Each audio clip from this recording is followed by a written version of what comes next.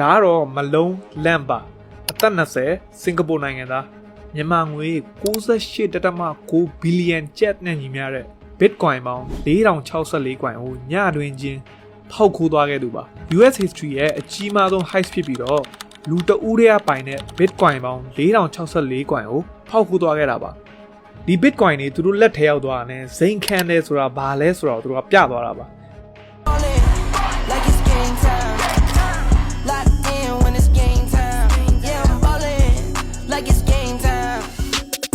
I wake up, flex, thumb down now, check, no drip, this,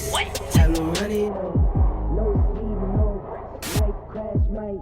but first August 19, 2024 မှာလူငယ်9ယောက်ရှိတဲ့အဖွဲ့အသက်20နဲ့မလုံးလမ်အသက်18နဲ့ Veer Chital 21နဲ့ Jandiel Serrano Danish Khan နဲ့ Chando ပဲဖြစ်ပါတယ် Genesis Creditor လို့ခေါ်တဲ့သူ့ရဲ့အကောင့်မှာအဲ့ဒီချိန်ပေါက်စေ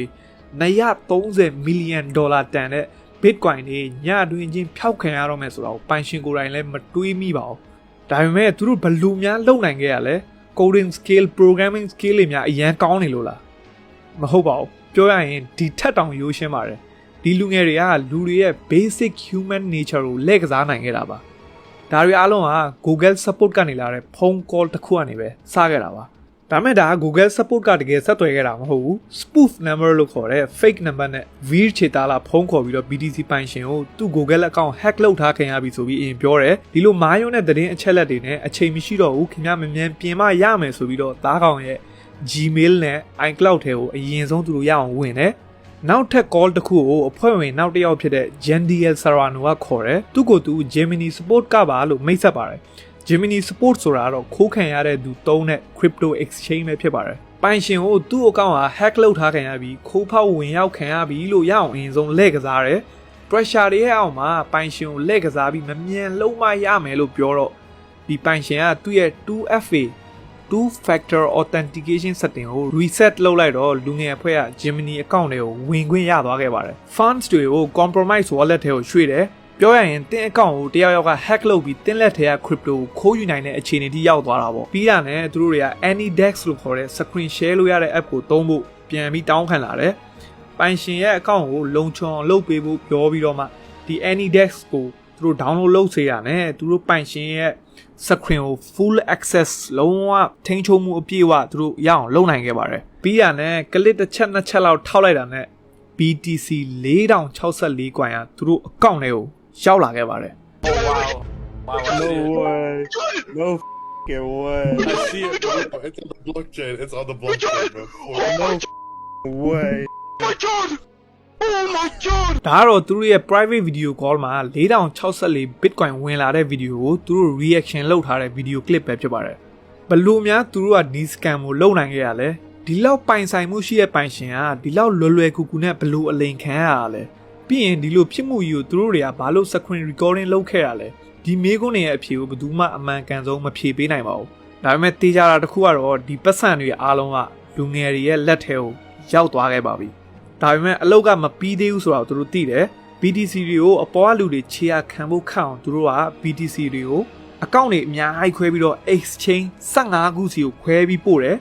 Peel chain လို့လည်းခေါ်ပါတယ်ပြောချင်တာငွေအမောက်အားလုံးကိုအပိုင်းပိုင်းစီခွဲပြီးတော့ခြေရခံဖို့ခန့်အောင်လုပ်တာပေါ့ BTC ကို Litecoin အဖြစ်အရင်ဆုံးပြောင်းတယ် Litecoin ကိုပြန်ပြီးတော့ Ethereum ဖြစ်ပြောင်းတယ် Ethereum ကိုကြတော့ Monero ကိုပြန်ချိန်တယ်သူတို့ရဲ့ဒီ process ကရက်အနည်းငယ်ထိတော့ကြာခဲ့ပါတယ်ဒီလိုအကောင့်တွေခွဲပြီး currency တွေခွဲပြီးသူတို့တွေကငွေကိုရအောင်ထုတ်ဖို့လုပ်ပါတယ်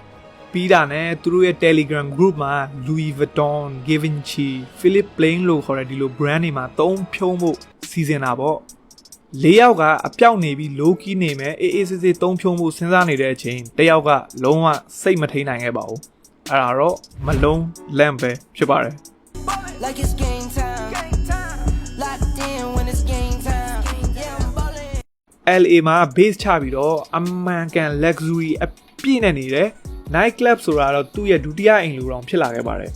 VIP section bottle service တွေကိုယူပြီးတော့အမှန်ကန်ရဲ့အမှန်ကန်ဆိုတဲ့အထိကိုသုံးဖြုံးခဲ့ပါတယ်တချို့ညတွေမှာတညတည်းကိုဒေါ်လာ2,600,000ဝယ်ဒေါ်လာ3သိန်းဒေါ်လာ5သိန်းထိကိုသူသုံးဖြုံးခဲ့ပါတယ် Who the f is Malone? Hey, yo, Malone, he going real crazy like it's your birthday. ခဏလေးနဲ့မလုံးတာအားလုံးရဲ့အကြိုက်ဆုံးလူဖြစ်လာခဲ့ပါတယ်။ဘာလို့လဲဆိုရင် तू ဘေးမှာရှိနေရင်ဘာမှစိတ်ပူစရာမလိုဘူး။ကြိုက်တဲ့လောက်တော့ကြားတဲ့လောက်ရှင်းပဲ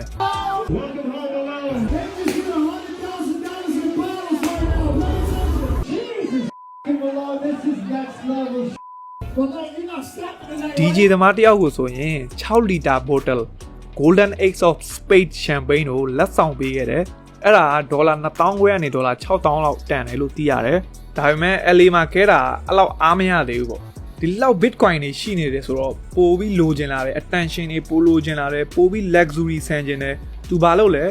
private jet American တခုယူတယ် Miami ကိုသွားတယ်။ပြီးရင်3ဖြုံးတဲ့ level ကိုနောက်တစ်ဆင့်ထိယူသွားတာပေါ့။ Miami မှာ waterfront mansion တခုကိုယူတယ်။ဒါအိမ်တစ်ခုတည်းမဟုတ်ပါဘူး။ 10 million တန်ဖိုးရှိတဲ့ real estate တခုဖြစ်ပြီးတော့တစ်လောက်ဆိုရင်$62,000အထိပေးပြီးငားရတဲ့အိမ်တစ်လုံးဖြစ်ပါတယ်8500 square feet 25 ပေ ceiling နဲ့အိတ်ခန်း10ခန်းရေကူးကန်အကြီးနဲ့ဂျာကူစီအပါဝင်ပါပဲဝင်ပေါက်က2ပေါက်နဲ့မှန်ကန်ကျဲတဲ့ garage မှာသူ့ရဲ့လုံးဝဇိမ်ခံကားတွေကိုထည့်ဖို့နေရာပါတဲ့အထိပါပဲMalona, black Mansory SF19, a white Lamborghini US, a fully kitted out white Mansory Lamborghini US with baby blue interior, metal black Lambo Revento, the new Porsche 911 GT3R, the new Ferrari SUV in black, 2 Mercedes-Benz G-Class Grey Takune, wrapped with matte black, comfortable matte black, pink Rolls-Royce Dawn, new BMW M4, Lambo Revento in matte grey, blue Lambo US, 2 all-white body kit Lambo, a metal black Ferrari 812 Superfast, another Lambo Aventador SVJ in blue, a pink US. Daro 2 ES ko pegera. ဒါမဲ့စော်ပြစ်ကောင်ဘွားနေတော့မချွတ်ခဲ့ပါဘူး I can go on and on သူ့မှာကားတွေကအစီး30ထက်ထိကိုရှိခဲ့ပါတယ်သူ့ရဲ့ fashion ကလည်း Louis Vuitton Givenchy ဆိုတော့အရင်အောင်ဈေးကြီးပါတယ်အဝတ်တစ်ထည်ဆိုရင်ဒေါ်လာ1500ထိကိုတန်တယ်လို့သိရတယ်ဒီလို club တွေကားတွေမှာဖြုံးပြီးတော့မလုံးတာတန်ဖို့ရော့မသွားတဲ့အရာတွေဖြစ်တဲ့နာယီစိန်ဒါတွေမှာစပြီးရင်းနှီးလာခဲ့ပါတယ်The chain bracelet filled with diamond, Richard Mille diamond, a diamond ring for each finger. Let 6တိုင်းမှာစိန်လက်စွပ်Richard Mille ရဲ့နာရီကလည်းတစ်ခုတည်းမဟုတ်ဘူးသူ့ရဲ့မျက်မှန်မှာတော့မှစိန်နဲ့ကုတ်ထားတာမလုံးတာသူ့အတွက်ပဲမဟုတ်ဘူးသူများအတွက်ပါလိုချင်တာတွေကိုဖြည့်ဆည်းပေးပါတယ် Birkin bags 5ခုကိုဝယ်ပြီးတော့ club တွေမှာတွေ့တဲ့ main ကလေးတိုင်းကိုလိုက်ပေးတယ် model Olivia Allen လို့ခေါ်တဲ့ကောင်မလေးကလက်ဆောင်ရခဲ့တဲ့တယောက်ပါပဲ Guys, I can't even make this up when I say that I just woke up to a Birkin in my bedroom because a man gave it to me in the club last night. But this is your sign to go clubbing. နောက်တစ်ယောက်ကတော့ TikTok star Sky Bree ပဲဖြစ်ပါတယ် Me and my two girlfriends walk over to the section and this kid, I'm going to refer to him as like a kid. I mean, he was definitely over the age of 18. He looked pretty young. He comes towards me and he's like, I got this for you. ဒါပေမဲ့ तू ကဒီသူ့ရဲ့ style နဲ့ဒါကိုမလိုက်ဘူးလို့ပြန်ပြောလာခဲ့ပါတယ် Beautiful, but to be honest, it's not really my style. ဒီလို attention တွေအရန်ရလာတဲ့မလုံးတာ blockchain technology ပညာရှင်ဖြစ်တဲ့ Zack XBT ရဲ့ထောက်လန့်မှုအောက်မှာပေါ်စားပြုလာခဲ့ပါတယ် blockchain အကြောင်းမသိဘူးဆိုရင်တော့ကျွန်တော် blockchain နဲ့ပတ်သက်လို့အရာအားလုံးသိဖို့လိုတဲ့အရာတွေအားလုံးကိုဗီဒီယိုတစ်ပုဒ်လုပ်ပေးထားပါတယ်အပေါ်မှာပေါ်လာလိမ့်မယ်မဟုတ်လဲကျွန်တော် channel ထဲမှာသွားပြီးတော့ရှာလို့ရပါတယ်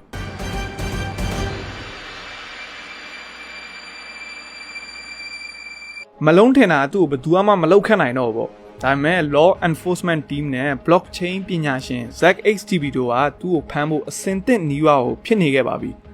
သူသုံးတဲ့အမောင့်တွေကိုခြေရာခံပြီးတော့ခိုးခံရတဲ့ပိုင်ရှင်အကောင့်နဲ့ဒီသုံးဖြိုးမှုတွေကဘလို့အချိတ်ဆက်ရှိလားမရှိလားဆိုတော့သူတို့ကစပြီး blockchain analysis တွေသုံးပြီးတော့မှစုံစမ်းခဲ့ပါတယ်အဲ့ဒီအချိန်မှာသူတို့အဖွဲ့ဝင်တယောက်တည်းက JanDL Serrano ကသုံးပြီးသား deposit address ကိုပြန်ပြီးသုံးတဲ့အချိန်ခြေရာခံတဲ့လူတွေအတွက်ပိုပြီးတော့လွယ်ကူသွားတာပေါ့2024စက်တင်ဘာလအလယ်လောက်မှာ FBI နဲ့တခြား authority တွေကတပ်တွေအပြည့်နဲ့မလုံးရဲ့ Miami Mansion ကိုအရင်ဆုံး raid ဝင်လုပ်ခဲ့ပါတယ်သူဝယ်ထားတဲ့ဇိမ်ခံစရာပစ္စည်းတွေရဲ့အလေတက်တဲ့မှာပဲသူ့ကိုရဲတွေက arrest လုပ်ပြီးခေါ်သွားခဲ့တာပါ And you know, we thought that was shooting in the neighborhood, and we saw a lot of police. This was something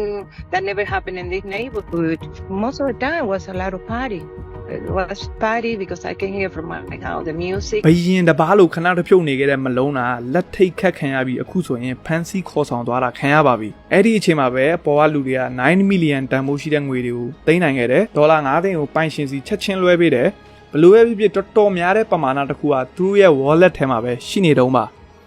အခုအချိန်ထိကို$21 million လောက်ထိသူတို့ wallet ထဲမှာပဲရှိနေသေးတယ်လို့သိရပါတယ် Veer Chetal အတူကောက် Wiz လို့ခေါ်တဲ့သူမှဆိုရင်$39 million လောက်ကိုရှိနေသေးပါတယ်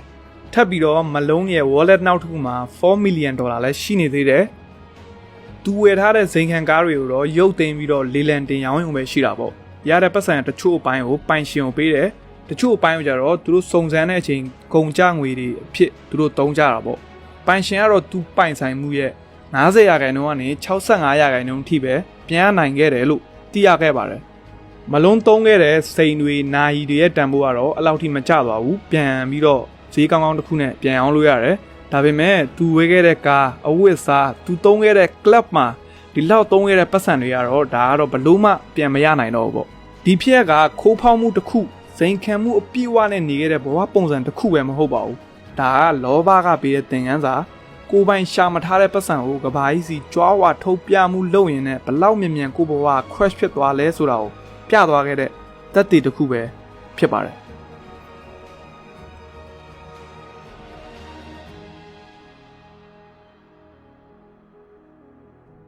အိုးပြီးတော့